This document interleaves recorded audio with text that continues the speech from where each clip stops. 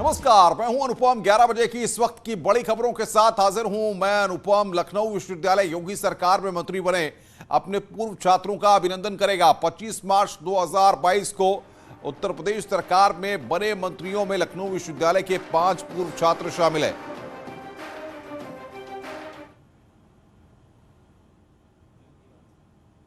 और मन की बात कार्यक्रम शुरू हो गया।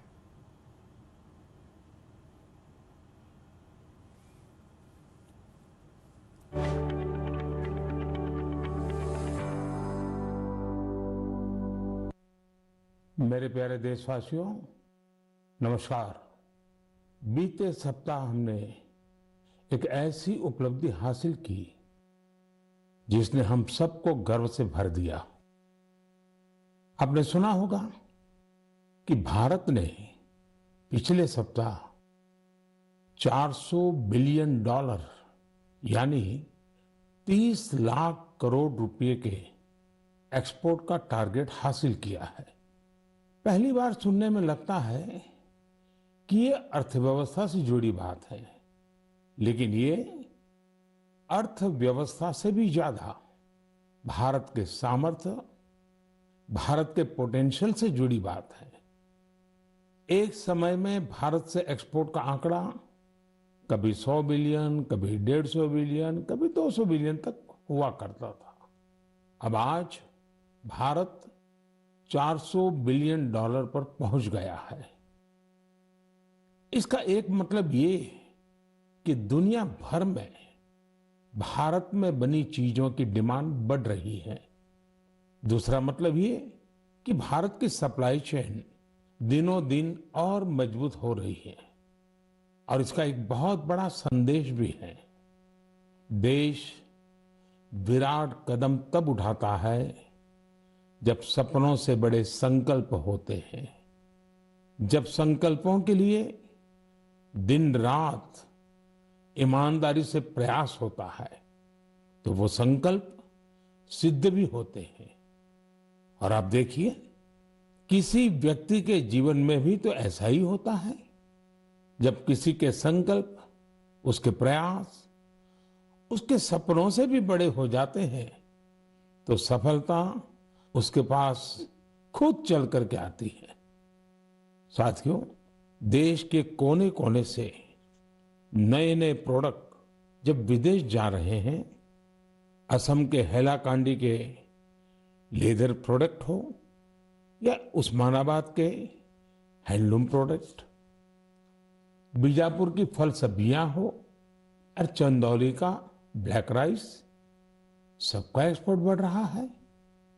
अब आपको लद्दाख की विश्व प्रसिद्ध एप्रिकॉट दुबई में भी मिलेगी और सऊदी अरब में तमिलनाडु से भेजे गए केले मिलेंगे।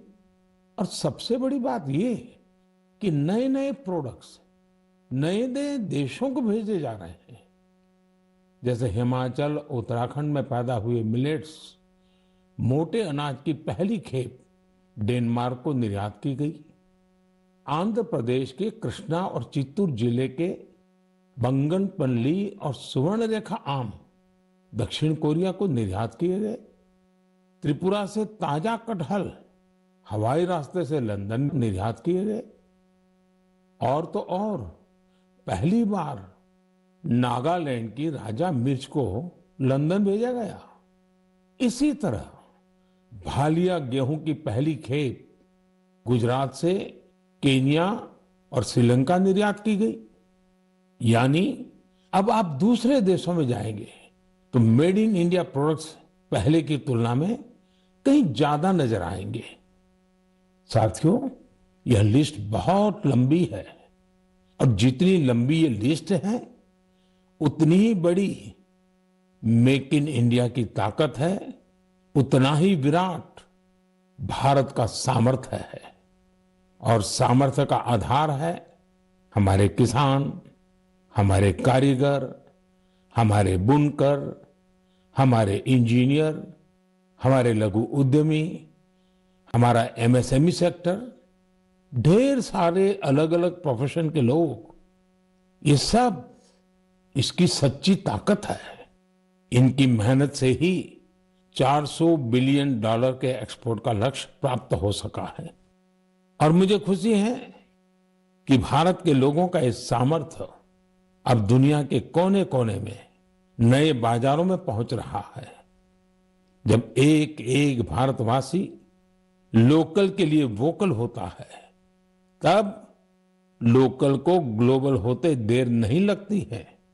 आइए लोकल को ग्लोबल बनाएं और हमारे उत्पादों की प्रतिष्ठा को और बढ़ाएं। साथियों, मन की बात के श्रोताओं को ये जानकर भी अच्छा लगेगा कि घरेलू स्तर पर भी हमारे लघु उद्यमियों की सफलता हमें गर्व से भरने वाली है। आज हमारे लघु उद्यमी सरकारी खरीद में गवर्नमेंट ई मार्केट प्लेस यानी जेम के माध्यम से बड़ी भागीदारी निभा रहे हैं।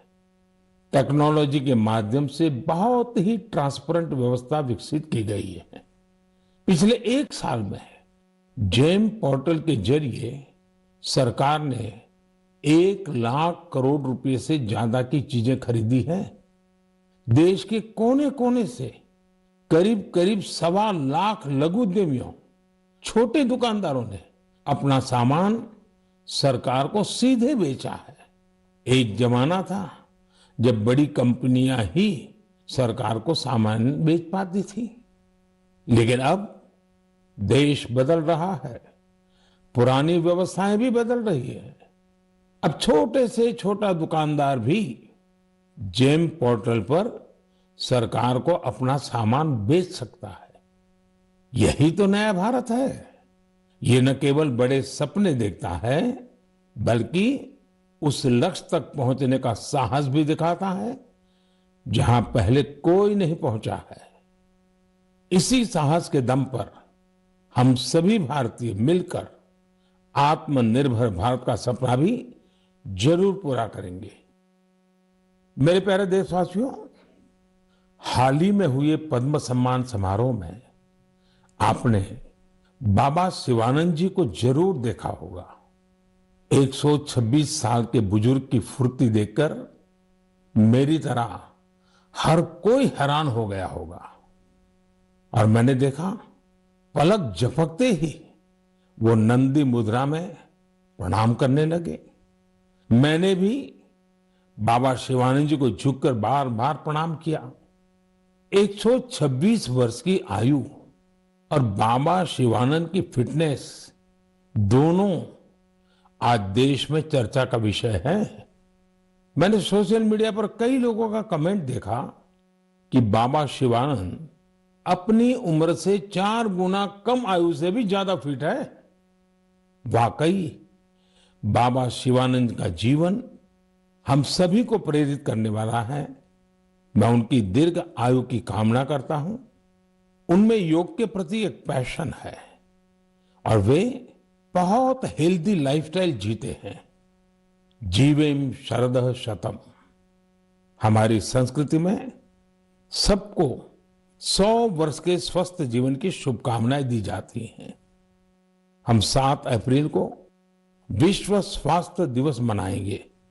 आज पूरे विश्व में हेल्थ को लेकर भारतीय चिंतन, चाहे वो योग हो या आयुर्वेद, इसके प्रति रुझान बढ़ता जा रहा है। अभी आपने देखा होगा कि पिछले ही सप्ताह कतर में एक योग कार्यक्रम का आयोजन किया गया। इसमें 114 देशों के नागरिकों ने हिस्सा लेकर एक नया वर्ल्ड रिकॉर्ड बना दिया। इसी तरह से आयुष इंडस्ट्री का बाजार भी लगातार बड़ा हो रहा है। 6 साल पहले आयुर्वेद से जुड़ी दवाइयों का बाजार 22,000 करोड़ रुपए के आसपास का था। आज आयुष मैन्युफैक्चरिंग इंडस्ट्री 1,40,000 करोड़ रुपए के आसपास पहुंच रही है। यानी इस क्षेत्र में संभावनाएं लगातार बढ़ रही हैं।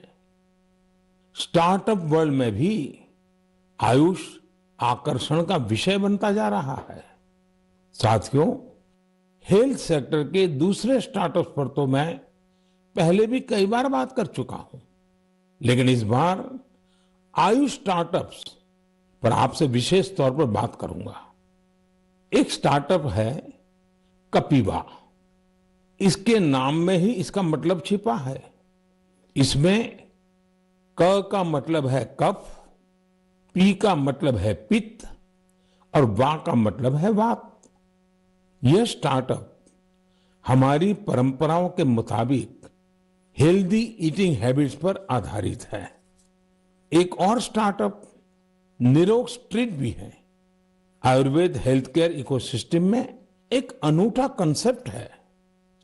इसका टेक्नोलॉजी ड्रिवन प्लेटफॉर्म दुनिया भर के आयुर्वेदा डॉक्टर्स को सीधे लोगों से जोड़ता है। 50,000 से अधिक प्रैक्टिशनर्स इससे जुड़े हुए हैं। इसी तरह आत्रे इनोवेशंस एक हेल्थ केयर टेक्नोलॉजी स्टार्टअप है जो होलिस्टिक वेलनेस के क्षेत्र में काम कर रहा है। इक्सोरियल ने न केवल अश्वगंधा के उपयोग को लेकर जागरूकता फैलाई है, बल्कि टॉप क्वालिटी प्रोडक्शन प्रोसेस पर भी बड़ी मात्रा में निवेश किया है। क्योरवेदा ने जड़ी बूटियों के आधुनिक शोध और पारंपरिक ज्ञान के संगम से होलिस्टिक लाइफ के लिए डाइटरी सप्लीमेंट्स का निर्माण किया है। साथियों, अभी तो मैंने कुछ ही नाम गिनाए हैं। ये लिस्ट बहुत लंबी है। ये भारत के युवा उद्यमियों और भारत में बन रही नई संभावनाओं का प्रतीक है।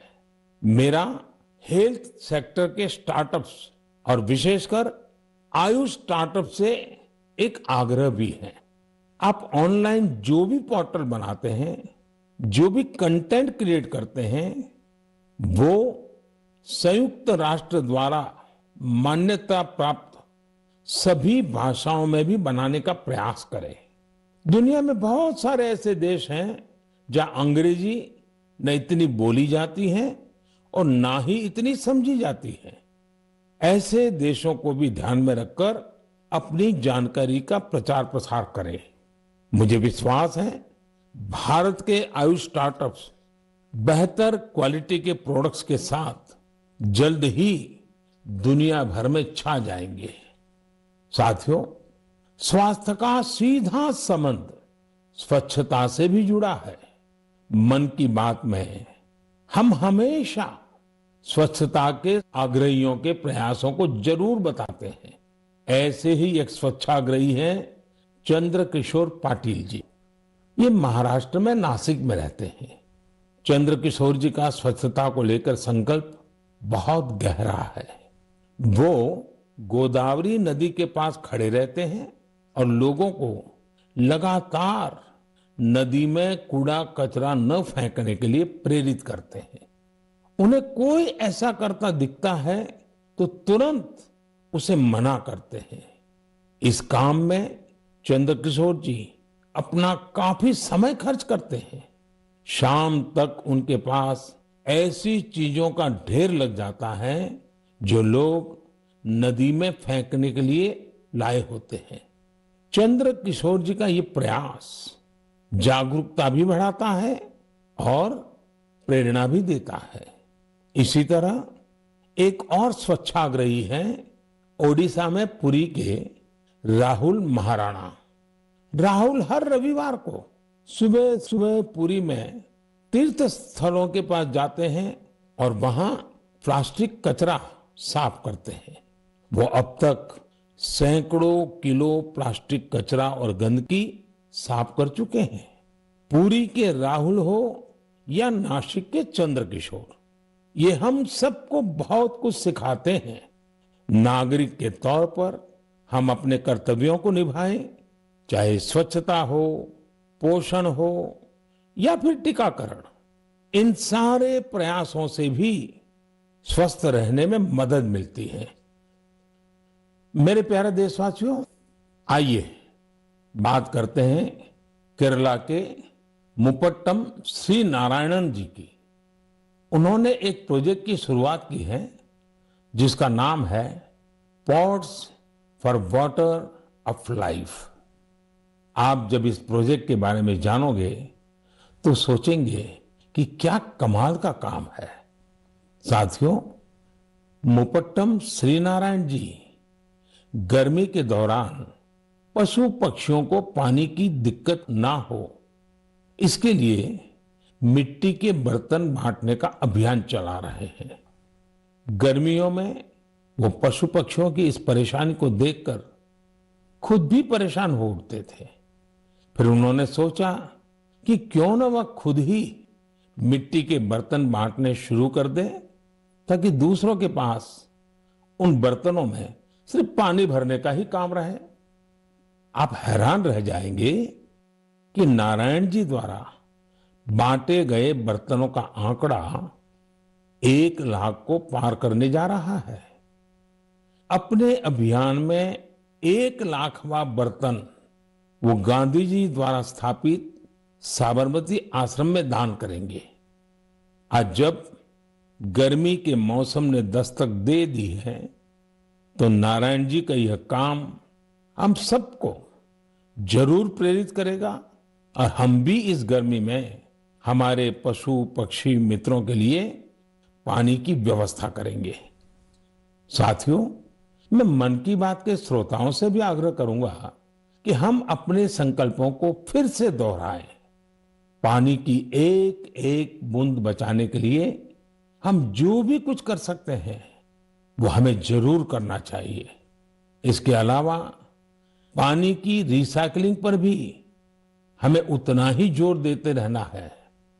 घर में इस्तेमाल किया हो जो पानी गमलों में काम आ सकता है, गार्डनिंग में काम आ सकता है, वो जरूर दोबारा इस्तेमाल किया जाना चाहिए।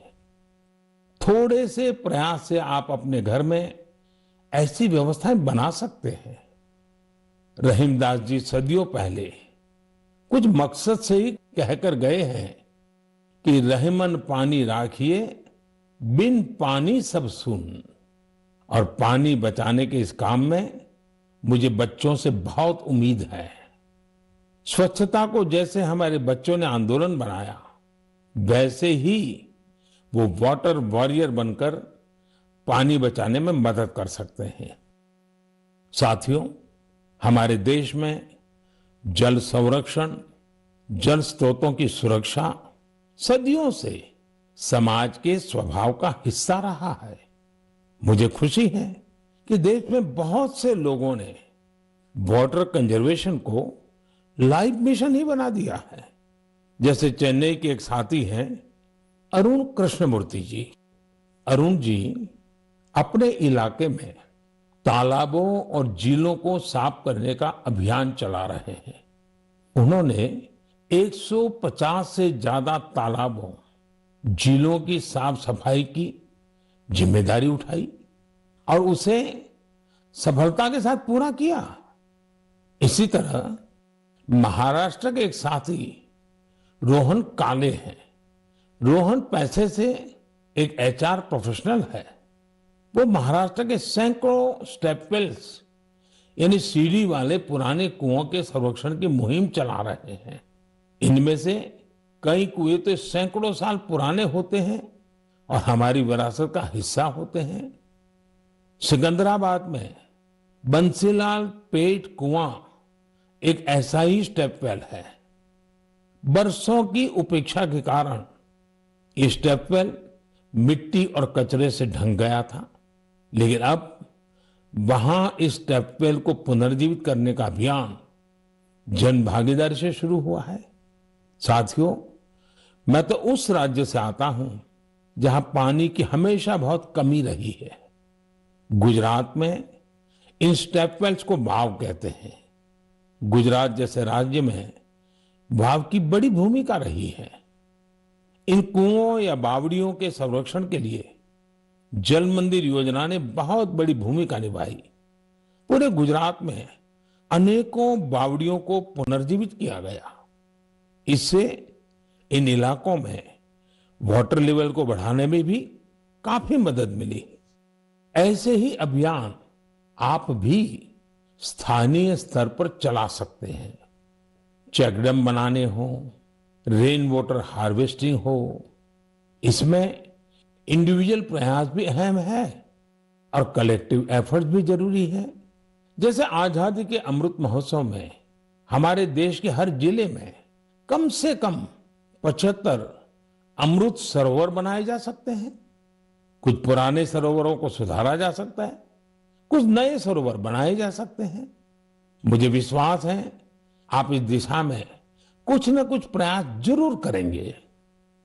मेरे प्यारे देशवासियों, मन की बात उसकी एक खूबसूरती ये भी है कि मुझे आपके संदेश बहुत सी भाषाओं, बहुत सी बोलियों में मिलते हैं।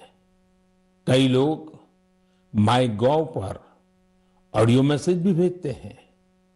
भारत की संस्कृति, हमारी भाषाओं, हमारी बोलियां, हमारे रहन सहन, खान पान का विस्तार, ये सारी विविधताएं हमारी बहुत बड़ी ताकत है।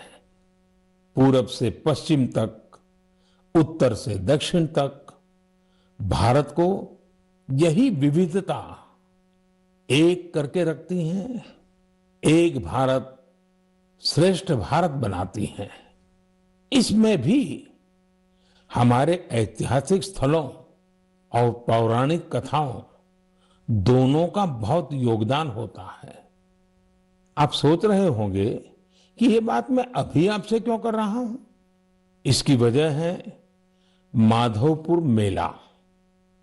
माधवपुर मेला कहां लगता है, क्यों लगता है, कैसे ये भारत की विविधता से जुड़ा है, ये जानना मन की बात के श्रोताओं को बहुत इंटरेस्टिंग लगेगा।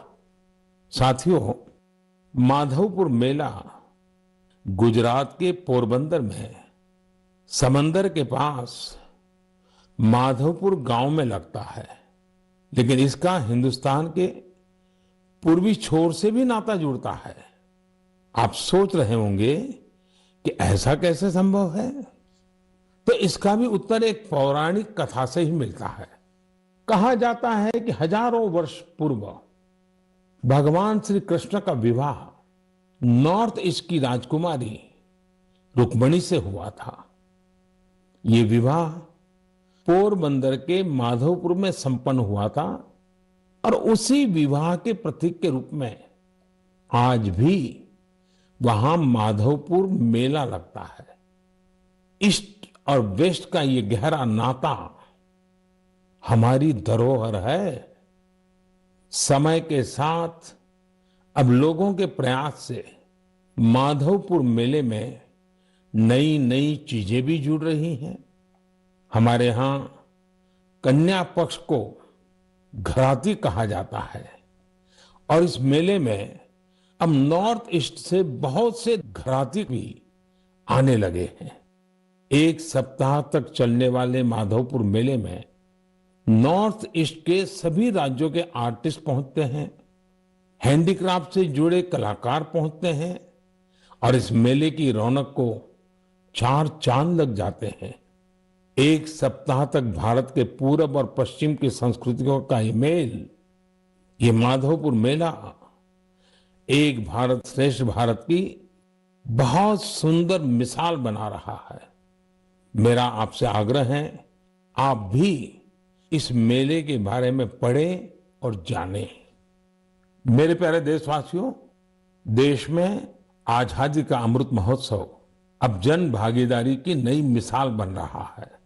कुछ दिन पहले 23 मार्च को शहीद दिवस पर देश के अलग अलग कोने में अनेक समारोह हुए।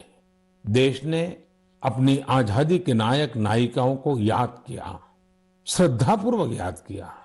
इसी दिन मुझे कोलकाता के विक्टोरिया मेमोरियल में विप्लवी भारत गैलरी के लोकार्पण का भी अवसर मिला। भारत के वीर क्रांतिकारियों को श्रद्धांजलि देने के लिए यह अपने आप में बहुत ही अनूठी गैलरी है। यदि अवसर मिले तो आप इसे देखने जरूर जाइएगा। साथियों, अप्रैल के महीने में हम 2 महान विभूतियों की जयंती भी मनाएंगे। इन दोनों ने ही भारतीय समाज पर अपना गहरा प्रभाव छोड़ा है। ये महान विभूतियां हैं महात्मा फुले और बाबा साहब आम्बेडकर। महात्मा फुले की जयंती 11 अप्रैल को है और बाबा साहब की जयंती हम 14 अप्रैल को मनाएंगे। इन दोनों ही महापुरुषों ने भेदभाव और असमानता के खिलाफ बड़ी लड़ाई लड़ी। महात्मा फुले ने उस दौर में बेटियों के लिए स्कूल खोले, कन्या शिशु हत्या के खिलाफ आवाज उठाई। उन्होंने जल संकट से मुक्ति दिलाने के लिए भी बड़े अभियान चलाए। साथियों, महात्मा फुले की इस चर्चा में सावित्रीबाई फुले जी का भी उल्लेख उतना ही जरूरी है। सावित्रीबाई फुले ने कई सामाजिक संस्थाओं के निर्माण में बड़ी भूमिका निभाई। एक शिक्षिका और एक समाज सुधारक के रूप में उन्होंने समाज को जागरूक भी किया और उसका हौसला भी बढ़ाया। दोनों ने साथ मिलकर सत्य शोधक समाज की स्थापना की, जन जन के सशक्तिकरण के प्रयास किए। हमें बाबा साहब आम्बेडकर के कार्यों में भी महात्मा फुले के प्रभाव साफ दिखाई देते हैं। वो कहते भी थे कि किसी भी समाज के विकास का आकलन उस समाज में महिलाओं की स्थिति को देखकर किया जा सकता है। महात्मा फुले, सावित्रीबाई फुले, बाबा साहब आम्बेडकर के जीवन से प्रेरणा लेते हुए मैं सभी माता पिता और अभिभावकों से अनुरोध करता हूं कि वे बेटियों को जरूर पढ़ाएं। बेटियों का स्कूल में दाखिला बढ़ाने के लिए कुछ दिन पहले ही कन्या शिक्षा प्रवेश उत्सव भी शुरू किया गया है। जिन बेटियों की पढ़ाई किसी वजह से छूट गई है, उन्हें दोबारा स्कूल लाने पर फोकस किया जा रहा है। साथियों, ये हम सभी के लिए सौभाग्य की बात है कि हमें बाबा साहब से जुड़े पंच तीर्थ के लिए कार्य करने का भी अवसर मिला है। उनका जन्मस्थान महू हो, मुंबई में चैत्य भूमि हो, लंदन का उनका घर हो, नागपुर की दीक्षा भूमि हो या दिल्ली में बाबा साहब का महापरिनिर्वाण स्थल, मुझे सभी जगहों पर, सभी तीर्थों पर जाने का सौभाग्य मिला है। मैं मन की बात के श्रोताओं से आग्रह करूंगा कि वे महात्मा फुले, सावित्रीबाई फुले और बाबा साहब आम्बेडकर से जुड़ी जगहों के दर्शन करने जरूर जाएं। आपको वहां बहुत कुछ सीखने को मिलेगा। मेरे प्यारे देशवासियों, मन की बात में इस बार भी हमने अनेक विषयों पर बात की। अगले महीने बहुत से पर्व त्योहार आ रहे हैं। कुछ ही दिन बाद ही नवरात्र है। नवरात्र में हम व्रत, उपवास, शक्ति की साधना करते हैं, शक्ति की पूजा करते हैं। यानी हमारी परंपराएं हमें उल्लास भी सिखाती हैं और संयम भी। संयम और तप भी हमारे लिए पर्व ही है। इसलिए नवरात्र हमेशा से हम सभी के लिए बहुत विशेष रही है। नवरात्र के पहले ही दिन गुड़ी पड़वा का पर्व भी है। अप्रैल में ही ईस्टर भी आता है और रमजान के पवित्र दिन भी शुरू हो रहे हैं। हम सबको साथ लेकर अपने पर्व मनाएं, भारत की विविधता को सशक्त करें, सबकी यही कामना है। इस बार मन की बात में इतना ही। अगले महीने आपसे नए विषयों के साथ फिर मुलाकात होगी। बहुत बहुत धन्यवाद। तो प्रधानमंत्री नरेंद्र मोदी को आप सुन रहे थे। वो बता रहे थे कि स्वच्छता के प्रति लोग जागरूक हो रहे हैं। मन की बात के आज 87वें संस्करण में प्रधानमंत्री ने तमाम बातों का जिक्र किया। उन्होंने अलग अलग राज्यों में जो प्रतिभावान लोग हैं, जो अपने अपने क्षेत्रों में मेहनत कर रहे हैं, स्वच्छता को लेकर कदम उठा रहे हैं, उनका भी जिक्र किया। 30 लाख करोड़ का निर्यात ऐतिहासिक है, इसका भी उन्होंने जिक्र किया। भारत के सामान में कि दुनिया में काफी मांग है, देश में सप्लाई चेन बेहतर हो रही है, ये प्रधानमंत्री ने कहा। मेक इन इंडिया की ताकत लगातार बढ़ रही है। तो ये जानकारी यहां पर मन की बात में प्रधानमंत्री ने देश की जनता को दी है। और लखनऊ से इस वक्त हमारे पास बड़ी खबर आ गई।